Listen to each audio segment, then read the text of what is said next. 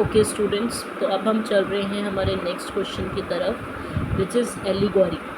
Okay, तो हम allegory की बात करते हैं। देखिए, किसी भी देश की पहचान उसकी एलिगोरी होती है। ओके, वो एलिगोरी या तो कोई फीमेल फिगर या कोई मेल फिगर हो सकता है, या वो एलिगोरी सिंबॉलिक भी हो सकती है, मतलब किसी सिंबल से वो चीज़ दर्शाई जाए कि ये देश में एक्चुअली है क्या क्या।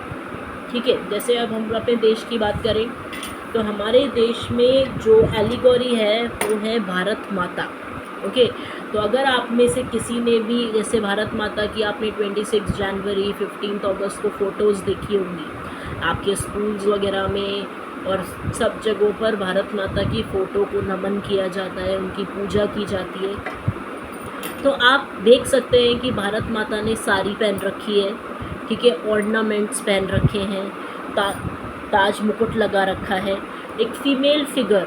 और वो क्या दिखाता है, वो भारत की आइडेंटिटी को दिखाता है कि हमारा भारत कैसा है, यहाँ किस तरह की सभ्यता है, यहाँ स्त्री साड़ी से ढकी रहती है, ठीक है, और कितनी अच्छी तरीके से सत सवर के भारत माता को दिखाया गया है। तो एक तरीके से भारत माता क्या कर रही हैं, हमारे देश को रिप्रेजेंट कर रही हैं।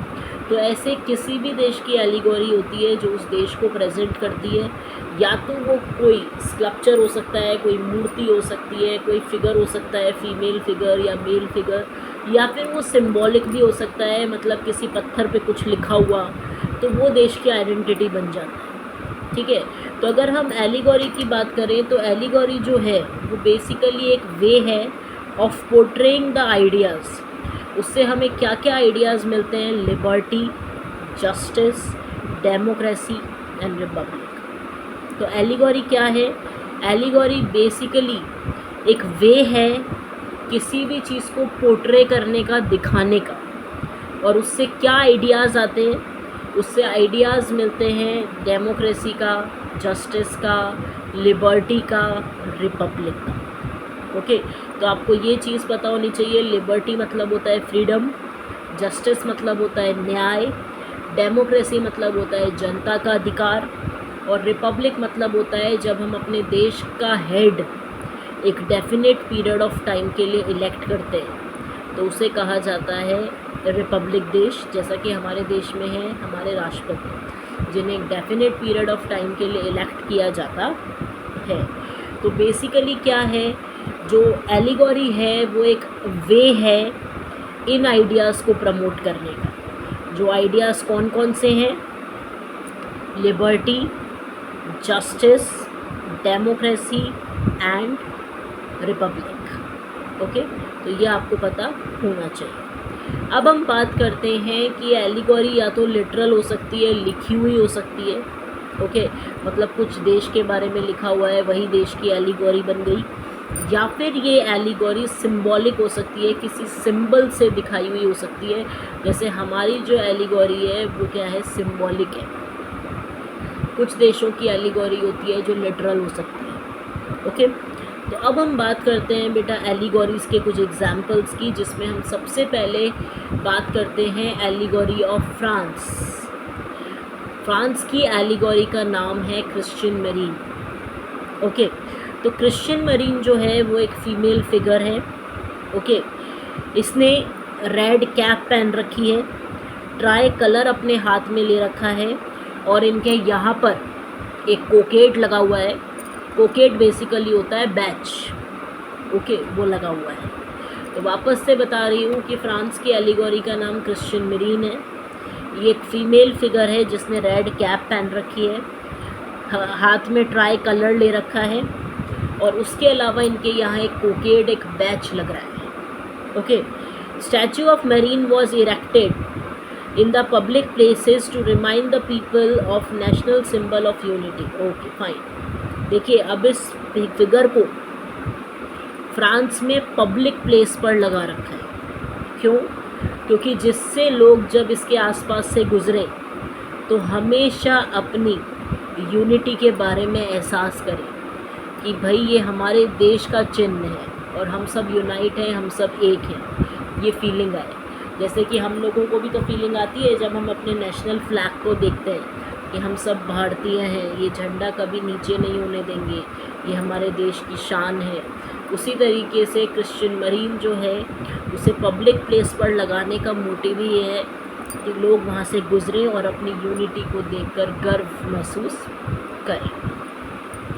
उसके अलावा ये जो क्रिश्चियन मरीन की जो इमेज है उसे वहाँ के कॉइन्स में भी डाला गया है और स्टैम्प्स में भी डाला गया है। ओके, स्टैम्प्स जो आपने देखी होगी ना, मोहर वगैरह चलती है, पहले पोस्ट कार्ड वगैरह चलते थे तो उन पे छोटा सा स्टिकर लगाया जाता था, स्टैम्प्स। और उसके अलावा वहाँ जो ये काम होते हैं, कानूनी काम वगैरह होते हैं, तो जो स्टैम्प लगती है, मोहर लगती है, उस पर भी इनकी फ़ोटो बनाई गई है। तो इनको इतना सम्मान, इतना इनको रिप्रेजेंटेशन मिला है कि ये देश को इतना रिप्रेजेंट कर रही हैं, figure of Christian marine. Okay, उसके बाद हम बात करते हैं दूसरी एलिगोरी की, जो है allegory of Germany, which is Germania. Okay, ये भी एक फ़ीमेल फिगर है। इन्होंने क्या पहन रखा है, ओक लीव्स का क्राउन पहन रखा है, मतलब ओक की जो पत्तियाँ आती हैं उसका क्राउन बना के पहन रखा है, जिसको मॉडर्न लैंग्वेज में लड़कियां आजकल टियारा कहती हैं, वैसा ही क्राउन इन्होंने पहन रखा है।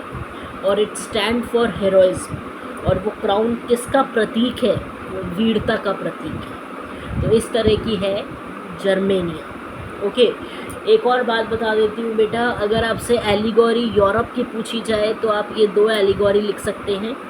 ओके, जिसमें एक आती है allegory of France, Christian marine, एक एलिगोरी आपकी आती है allegory of Germany, that is Germania.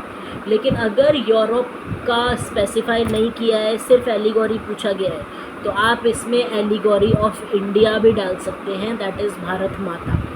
अब आपको वो डिस्क्रिप्शन मैं जब नेक्स्ट चैप्टर लूँगी, नेशनलिज्म इन इंडिया, तो उसमें मैं आपको उस एलिगोरी का जिक्र बताऊँगी, फिर उस एलिगोरी के बारे में आपको क्या क्या लिखना है। तो अगर आपसे यूरोप की एलिगोरी पूछी जाती है तो आपको भारत माता को टच करने की ज़रूरत नहीं है, तो आप सिर्फ फ्रांस और जर्मनी की ही लिखेंगे। लेकिन अगर आपको स्पेसिफाई नहीं किया जाता यूरोप की, तो आप ये तीनों एलिगोरी लिख सकते हैं, फ्रांस की, जर्मनी की एंड इंडिया की। ओके, कोई भी एलिगोरी के बारे में पूछे बेटा, सबसे पहले डेफिनेशन कि एक ये वे है पोर्ट्रे करने का, किन आइडियाज़ को, liberty, justice, democracy and Republic. Okay, उसके बाद आप ये बताएंगे कि किसी भी देश की जो एलिगोरी होती है वो सिंबॉलिक हो सकती है या लिटरल हो सकती है, कुछ लिखा हुआ या फिर किसी सिंबल के रूप में हो सकती है। और फिर आप एग्जाम्पल दे देंगे, फ्रांस की allegory Christian marine and Germany की एलिगोरी जर्मेनिया। फाइन, तो इस तरीके से आपका ये आंसर कंप्लीट होगा। मैं एक बार आपको दिखा और देती हूँ किस तरीके से आपको ये आंसर लिखना है। ये देखिए बेटा, एलिगोरी की हेडिंग, इसकी डेफिनेशन, ये सिंबॉलिक भी हो सकता है, लिटरल भी हो सकता है, और फिर एग्जाम्पल दे रखे हैं allegory of France and allegory of Germany. इस तरीके से आप इस आंसर को कंप्लीट करें। ओके।